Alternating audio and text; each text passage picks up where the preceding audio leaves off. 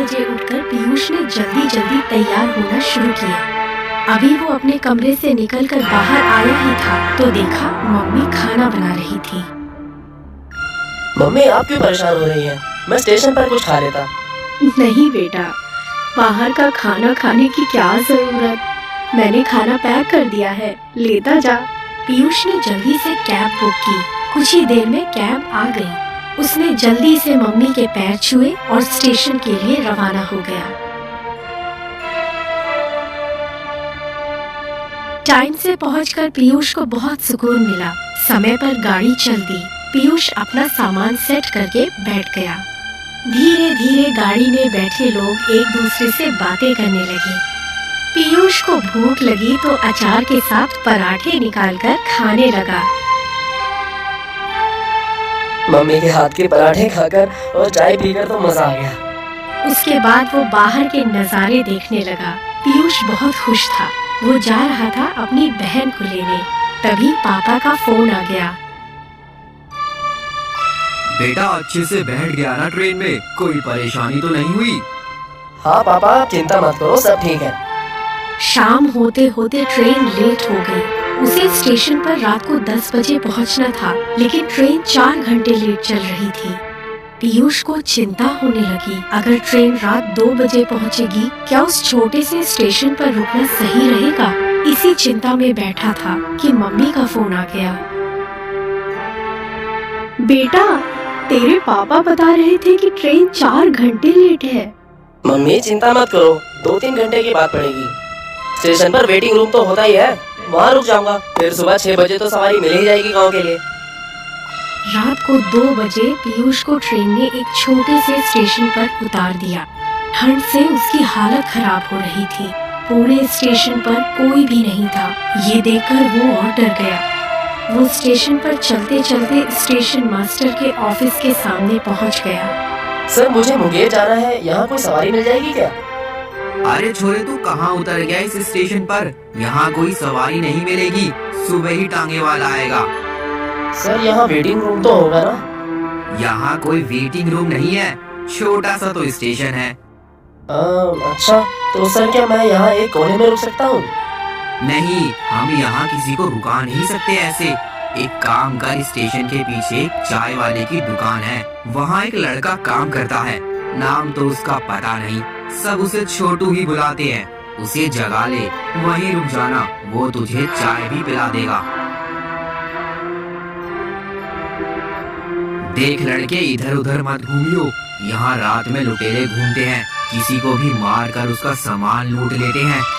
पीयूष की अंदर तक रूह कांप गई। वो जल्दी से उस चाय की दुकान में पहुंच गया। वहां पहुंचकर उसने जोर से आवाज लगाई। कौन हो साहब, क्या चाहिए? कोई बात नहीं है, ये चाय की दुकान कौन चलाता है? अपने मालिक को बुलाओ जरा। मालिक तो सुबह ही आएंगे और कोई नहीं है यहाँ। अच्छा, मुझे यहाँ पर कुछ देर रुकना था, सुबह तक चला जाऊंगा। ठीक है साहब, अंदर सामान रख दीजिए, चाहे तो वहीं सो लीजिएगा। तू यहाँ नौकरी करता है? हाँ साहब, चाय पियेंगे क्या? हाँ बना ले। सुन, अपने लिए भी बना लियो, पैसे मैं दे दूंगा। थोड़ी देर में वो भी अंदर आ गया। चाय देकर वो एक कोने में बैठकर पीने लगा। तुझे यहाँ अकेले डर नहीं लगता? नहीं साहब, यही मेरा ठिकाना है, मैं बचपन से यहीं रहता हूँ। लेकिन मैंने सुना है यहाँ पर लुटेरे घूमते रहते हैं। हाँ साहब, जब कोई नहीं मिलता तो यहीं आकर मुझे परेशान करते हैं चाय पीने के लिए। डरो मत साहब, अब कोई नहीं आएगा। क्यों? अब यहाँ कोई ट्रेन नहीं आएगी, सुबह ही गाड़ी आएगी अब। अच्छा, अपने बारे में कुछ बता, तेरा असली नाम क्या है? हम लोगों का नाम नहीं होता साहब, कोई कुछ भी बुला देता है, मतलब तो बुलाने से ही होता है ना। तेरा घर परिवार? कोई नहीं साहब, अब तो जो कुछ है यही है। कितने पैसे हुए? रहने दो साहब। नहीं, तू रख ले, अपने मालिक को मत बताइयो। साहब, मैंने आज तक 1 रुपए की बेईमानी नहीं की, वैसे भी मैं पैसे का क्या करूँगा। तुझे ऐसा नहीं लगता कि यहाँ से कहीं चले जाना चाहिए? नहीं साहब, मेरी तो यही दुकान है, मालिक बहुत अच्छे हैं, कभी मुझे डांटते भी नहीं, और अगर कोई ग्राहक उल्टा सीधा बोलता है ना तो उसे भगा देते हैं। तुझे नहीं लगता कि पढ़ना चाहिए? स्कूल जाना चाहिए। साहब, हम जैसे लोग इन्हीं जगहों पर पड़े रहते हैं, यही बड़े होते हैं, फिर यही मर जाते हैं। पीयूष सोच में पड़ गया कि कितना कुछ है उसके पास। माँ बाप, बहन, रहने को घर, मोबाइल, पढ़ने के लिए बढ़िया स्कूल था, अब कॉलेज है, पॉकेट मनी भी अच्छी मिल जाती है, जहाँ चाहे घूमने चले जाते हैं। फिर भी कितनी शिकायतें हैं अपने परिवार से उसे। इसका क्या, जिसका परिवार ही नहीं है, फिर भी कितना संतोष है इसके चेहरे पर। ना पैसे का लालच, ना कुछ पाने की इच्छा, ना कुछ खोने का डर भी। पीयूष ने देखा कि छोटू वही कोने में एक फटे कंबल को ओढ़कर सो गया। पीयूष को लगा जैसे उसने उसके आराम के पलों को भी उससे छीन लिया। छोटू बेखबर सो रहा था। पीयूष की आंखों से आंसू बह रहे थे। जिंदगी से कल तक कितनी शिकायतें थी, कितनी बार पापा से झगड़ा करता था बाइक के लिए, कभी दोस्तों के साथ घूमने के लिए, कभी आईफोन के लिए। क्या कभी सोचा कि मम्मी पापा ये सब कहाँ से लाएंगे? इसी सोच विचार में पीयूष की आंख लग गई।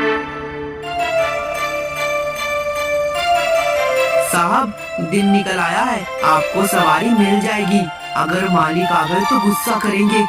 पीयूष बाहर निकला तो देखा छोटू दुकान की सफाई कर रहा था। उसने छोटू को कुछ पैसे देने चाहे, लेकिन उसने मना कर दिया।